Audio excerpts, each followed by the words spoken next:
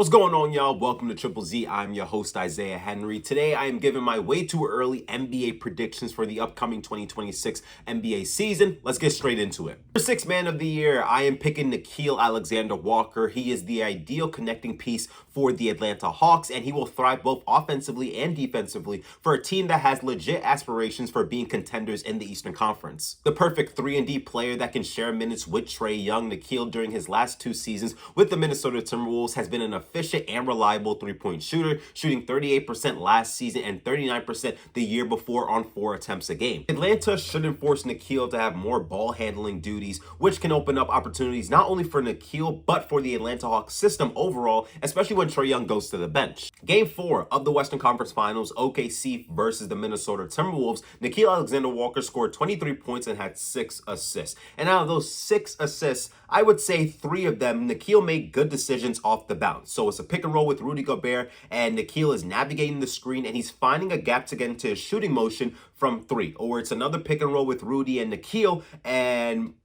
reads that the help defense is late to recover to the corner because I believe Naz Reid sets a flare screen for Dante DiVincenzo, and Nickeil's decision with the basketball leads to a corner 3. So empowering Nickeil into that play style of making decisions with the basketball, giving him more opportunities to be a creator within the second unit, can add a different dynamic to the Atlanta Hawks. He is going to fit like a glove in ATL with his floor spacing, relocation off the ball, point of attack defense, screen navigation, toughness, threat in the open court. Also the experience he's able to provide being a part of multiple conference finals appearances. This is legit my favorite offseason signing, and I'm excited to see a career year from Nickeil Alexander-Walker next season. Rookie of the Year. Given that Cooper Flagg is joining a Mavericks team aiming to contend in the Western Conference and with expectations for him to contribute right away, that alone can make a strong case for Cooper Flagg to win Rookie of the Year. With Kyrie out with this ACL injury, Cooper Flagg may have more of a green light to expand his game as a point forward, working on his post-up game, shot creation, making plays out of the pick and roll, initiating the offense. He has all the tools to be a really good player in the NBA. And as soon as he steps on the court for his first real NBA game,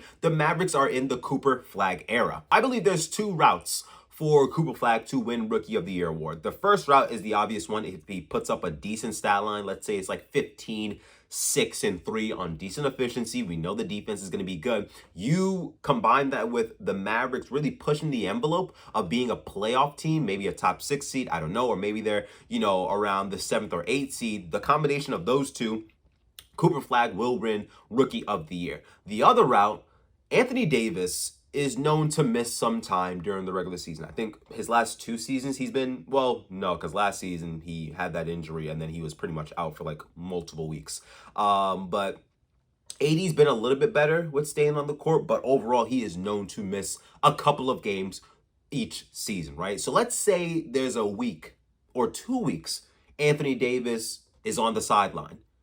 Personally, I feel like Jason Kidd, as the head coach for the Dallas Mavericks, is going to look at Cooper Flagg and be like, yo, you got the green light. It's your world. Ball out. Like, if Cooper Flagg can give us like a 2-week stretch where he's averaging like 20 points, the defense is good, he's shooting good from 3, damn, he's got Rookie of the Year in the bag once again. And let's say it comes at the time of maybe the All-Star break and Cooper Flagg gets some All-Star, votes, and now he's in the All-Star game. Like, it's already a done deal. He's winning Rookie of the Year. So I think those are the 2 routes Cooper Flagg can take to win Rookie of the Year. Defensive Player of the Year, give me Victor Wembanyama. It's about that time that Victor starts winning the DPOY award. Rookie season, made first team all-defense, finished as a finalist for the DPOY award. First rookie to ever accomplish that accolade. Sophomore season, he was running away with the award until he was shut down for the remainder of the season due to blood clots. Before the blood clots, the Spurs had a 15-game stretch of being a top 3 defense at 111 points per 100 possessions when Victor Wembanyama was on the court. Wemby's impact on defense is huge, blocking shots, racking up steals, and forcing offenses to second-guess their plays. Knowing he's lurking on the help side,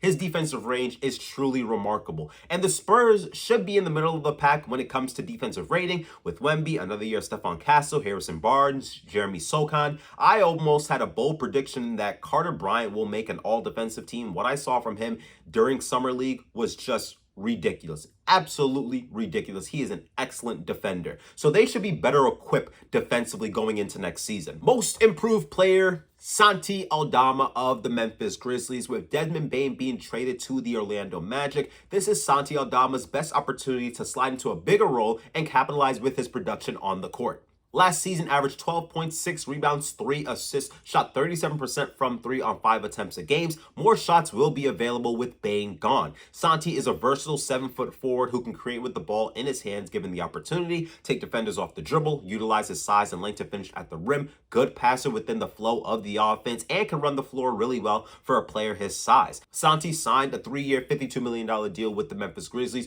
The organization is expecting him to take another leap, and that leap from Aldama is needed if the Grizzlies want to stay relevant in the Western Conference. If Memphis can hover around the 6 or 7 seed with Aldama averaging around 17, 6, and 3 on decent efficiency, he's a top candidate for MIP. Coach of the Year, give me Jamahl Mosley of the Orlando Magic, a man who was in early Coach of the Year conversations last season. Even with the oblique injury to both Paolo and Franz, his star players, Orlando kept their head above the water for a solid stretch. Mosley had the Magic prepared and ready to compete every single night without their star players, and their defensive identity gave them a chance to make it to the playoffs as a lower seed. Now with the Desmond Bane addition, Orlando is seen as a team that should be competitive in the Eastern Conference, at least finishing as a top 4 seed. While Desmond Bane isn't necessarily the ultimate solution for the Magic, he definitely brings some valuable qualities that the team could use more of. Career 40% three-point shooter, can create his own shot, moves well without the ball. This gives Paolo and Franz a dependable perimeter option when defense starts to double team or starts packing the paint. I believe Mosley is capable of figuring out an offensive system that highlights the floor spacing and catch and shoot ability from Jalen Suggs and Desmond Bane, that highlights Paolo and Franz,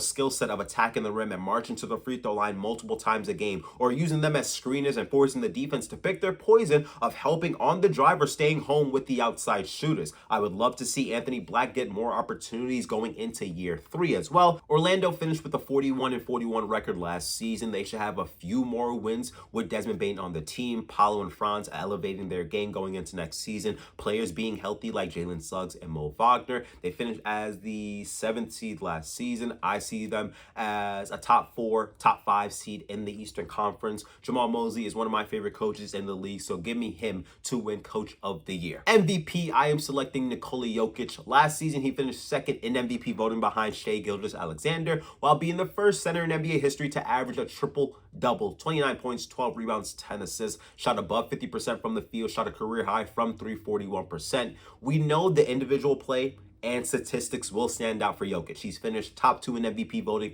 for the last 5 seasons for a reason, being one of the greatest players in league history. Denver Nuggets were very active during the offseason, adding Cam Johnson, Tim Hardaway Jr., Jonas Valanciunas, Bruce Brown. This is the best team around Nikola Jokic, better than the championship team back in 2023. This will add the element of better team success for Nikola Jokic. With him being so integral for everything Denver does on the court, I think we're in store to see the best versions of Cam Johnson, Tim Hardaway Jr., Bruce Brown, and Jonas Valanciunas because of how much Jokic uplifts and makes his team better. So give me Nikola Jokic for MVP, with the Denver Nuggets winning 55 plus games. Thank you all for listening to Triple Z. Please like and subscribe to the channel. Leave a comment down below of what season award predictions of mine do you agree with and disagree with. I would also love to hear who you have winning all the NBA season awards for the upcoming 2026 NBA season. I appreciate you all for watching. I'll see you next time. Zzz.